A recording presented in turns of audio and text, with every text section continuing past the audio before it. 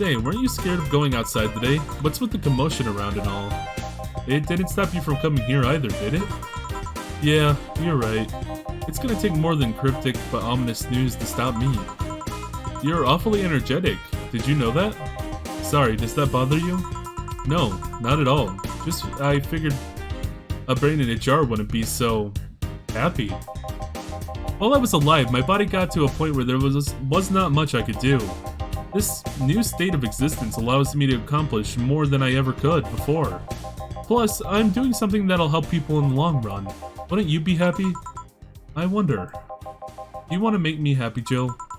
Depends on what it takes. Don't worry, just give me a beer. Alright then, yeah, I'll make you happy. 1 beer. You know, a lot of the time they just want a single beer. That's fine. Maybe double this up for him. Oh, I can't really tell what type of person they are. You know what? Let's take a risk. 2, 3, 4. Here, a beer. Ah yes, no matter what happens, beer is always good. It's interesting though. Just yesterday I was talking to a client about brain uploads. You were? Yeah, we were talking about how even if you uploaded your brain, you'd still be here. I've thought about that too. Do you think the you in the cybernetic environment would feel like she was indeed transferred? Like, would she remember everything, like waking up someplace else and so on? Huh, that's an interesting question. I was actually thinking earlier about being able to transfer someone's brain into a Lilum. One of the brains is being used in such an experiment actually. They can make a functional Lilum. Unfortunately, the wiring and other stuff makes it look more creepy than anything. They aren't transferring his identity or anything though, just wiring him to a body.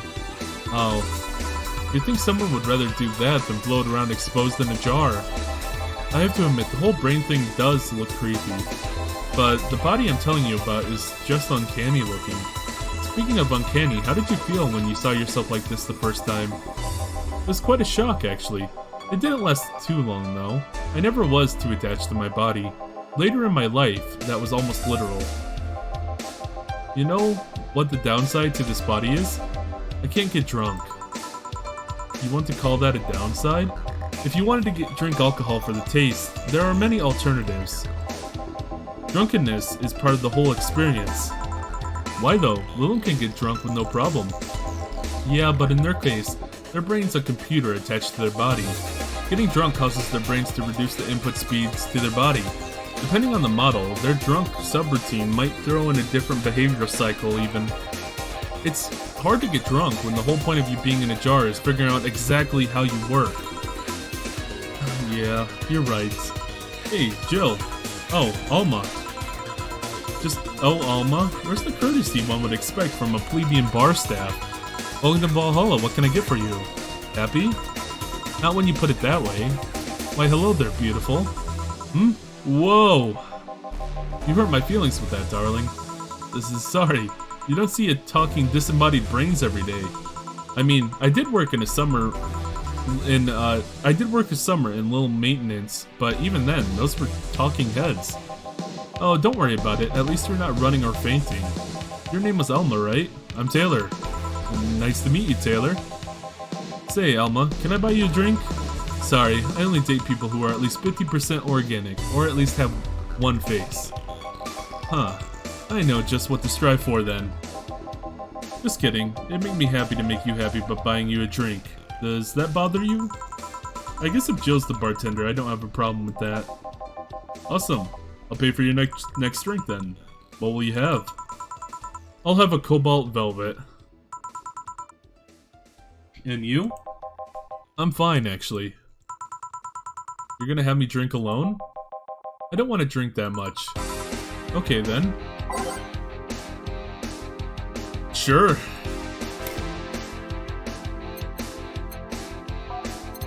Can I select a different slot? No, okay. So I'm assuming it's going straight to her. Cobalt Velvet, I don't think we made this. Bubbly, classy, and burning.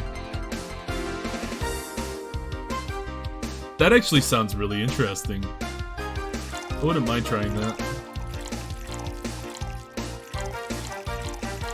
Oh. All on the rocks and mixed. And... Sure, serve. Your drink. Hope you enjoy it.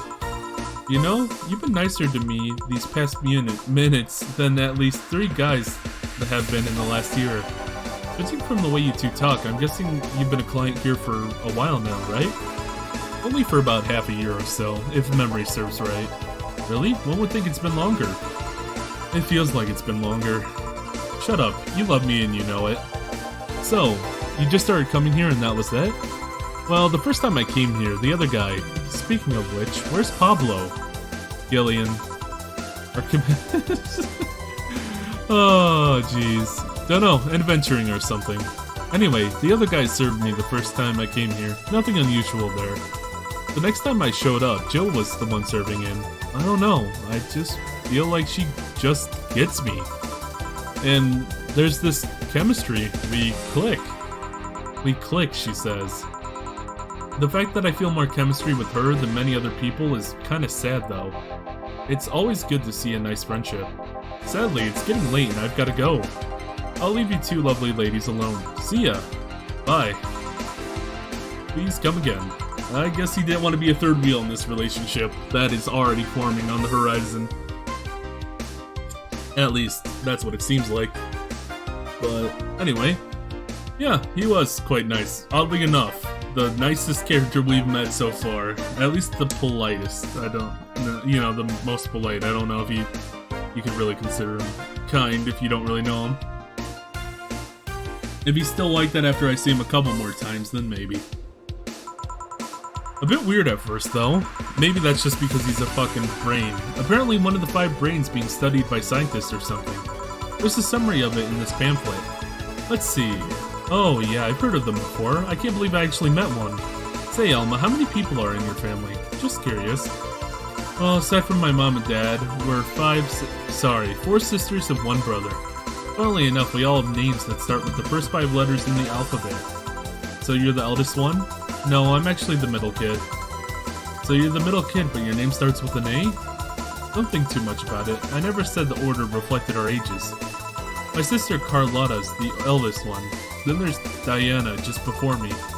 Then comes Eva at the bottom lies Sorry, the youngest one is Bernardo.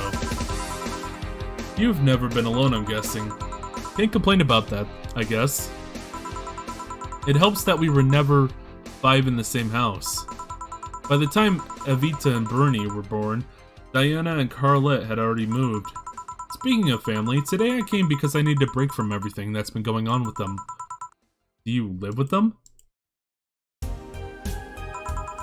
No, but Evita and Bernie do. Not to mention I visit them almost every day. Anyway, my second eldest sister, Diana, just separated from her husband, and it's not even been a week. She's already got some other guy in her bed. She left her kid with her husband's parents and pretty much forgot about them. Never mind the fact that they need to go to school and all that. Damn. Diana's life has always been messy, but these days she's really making it big. She wants time for herself to live her life. She didn't think about that when she got married to a guy at 20. She didn't think about when marrying a guy she had only known for like 3 months. You should take your own advice. Hey, I'd never marry someone who could catch my attention so quickly, okay?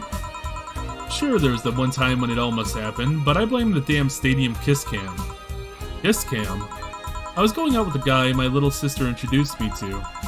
Seems he was her friend's brother or something. We went out for a couple times and he invited me to a basketball game.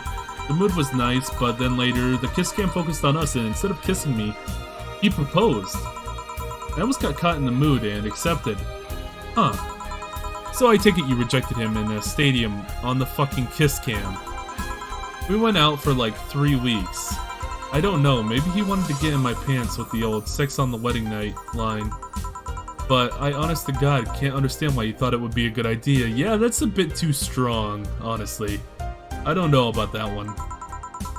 That sounds too convoluted, you know? Proposing and waiting for the wedding night? Just for sex? Never underestimate the lengths a man is willing to go to get you into their bed. That is true with a lot of people, unfortunately. I've seen more convoluted plots over the years. I'm feeling tempted to ask, but I'll pass. Want anything else? Huh, what's that bottle? Oh yeah, it's just some rum a client gave me yesterday. Gift? What did you do? A good enough service, I'm guessing. Kakikwe? Huh, interesting name. What does it mean? Kakikwe is the name of a chieftain in some native tribes. I see. Do you want me to serve you some of this?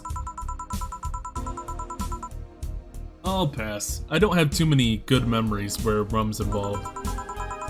Give me a fringe weaver instead, will you? Alright. What's up with her and rum? But anyway, let's just give her a fringe weaver. Oh, she doesn't want it. I'm not gonna force her to have some, so... That is a lot of alcohol though, young lady. Alright. And aged. Next. There you go. One fringe weaver. What kind of memories do you have with rum? Nothing you need to worry about. Okay. Alright, now it's my turn to ask questions. About what? What kind of family is your family? Well, I'm an only child. My mom and dad split amicably. My mom is a violinist and she was always away from home with the orchestra. I spent most of my time with my dad, my aunt, and my grandpa. Grandpa, I didn't see which one. Aside from that, I'd say my childhood was quite uneventful. Huh, didn't you get something like your mom's artistic vein or something? I played the violin until I was around 16, I think. Hey, that's longer than I did. I played my violin until I was... oh god, 14, I think? I don't even remember. What made you stop? I don't know, I just kinda said that's it one day and stopped. Yep, that's exactly what happened with me. I can completely relate to that. It was just done one day. I was just like, yep, that's it. What about cousins or the rest of your family? I see very little of them, actually. Mainly because my dad moved away from most of them.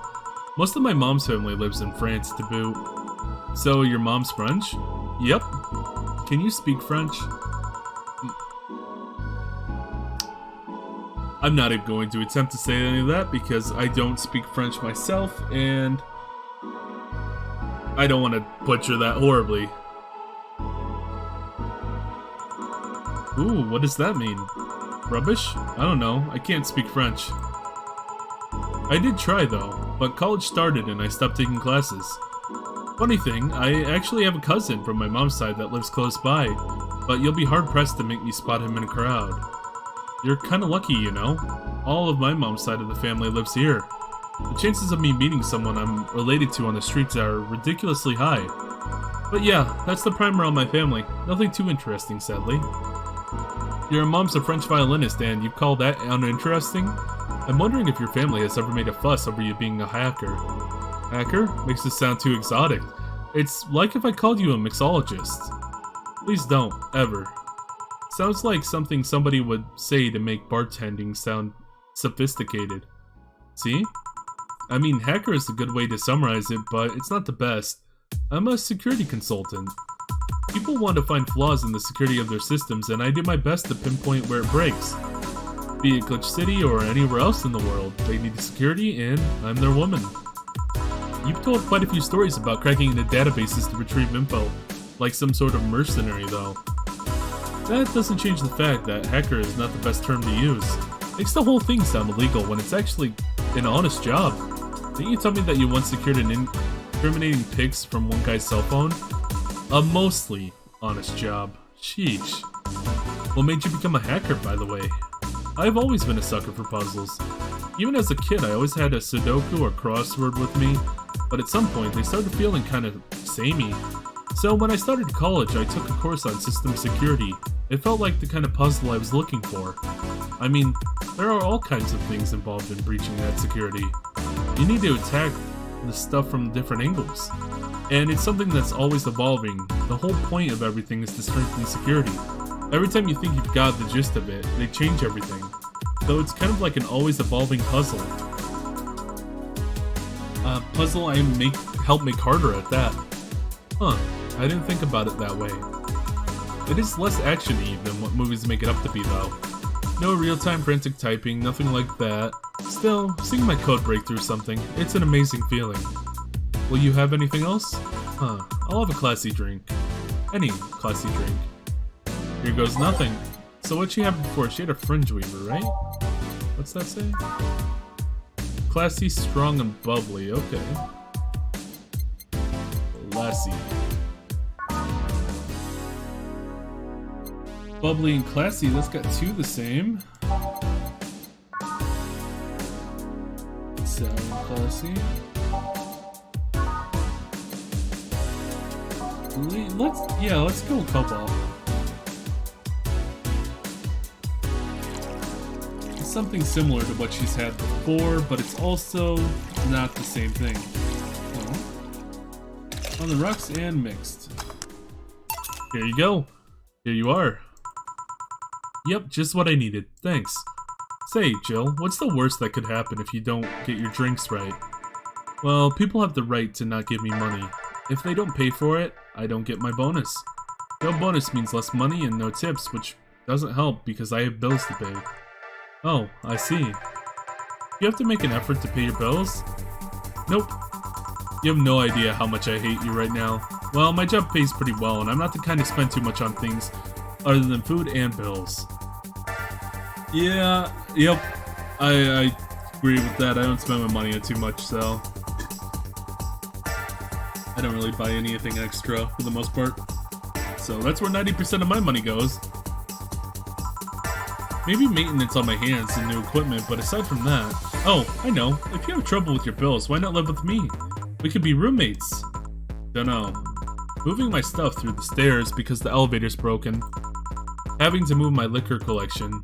Never mind the fact that my cat's a shut-in and got very upset that one time I moved some furniture around. The idea of just moving just gives me a headache. You shouldn't take things so seriously. When I say them, you know? I know, but I've thought about it before. Now I need some air. I'm gonna take a break. You wanna come? Are you inviting me to the back of the bar? You should invite me to dinner first. Every minute you waste making jokes is time taken for my break. Fine, let's go. Boss, I'm taking my break. Call me if anyone comes in. Sure. Must be a pretty empty night then. Not surprised though. With all the hell that's breaking loose out there, I am not surprised it's empty. Let's hit up with another save. There we go. And we're done. Safe to keep playing. Cold. I don't think I have anything. No, nothing I really noticed. It sure is chilly out there. It's kind of refreshing. The hobo out there smells like a nice guy. Seems like a nice guy. Probably doesn't smell too good. Billy Vine? Yeah, he's a cool guy. Very respectful.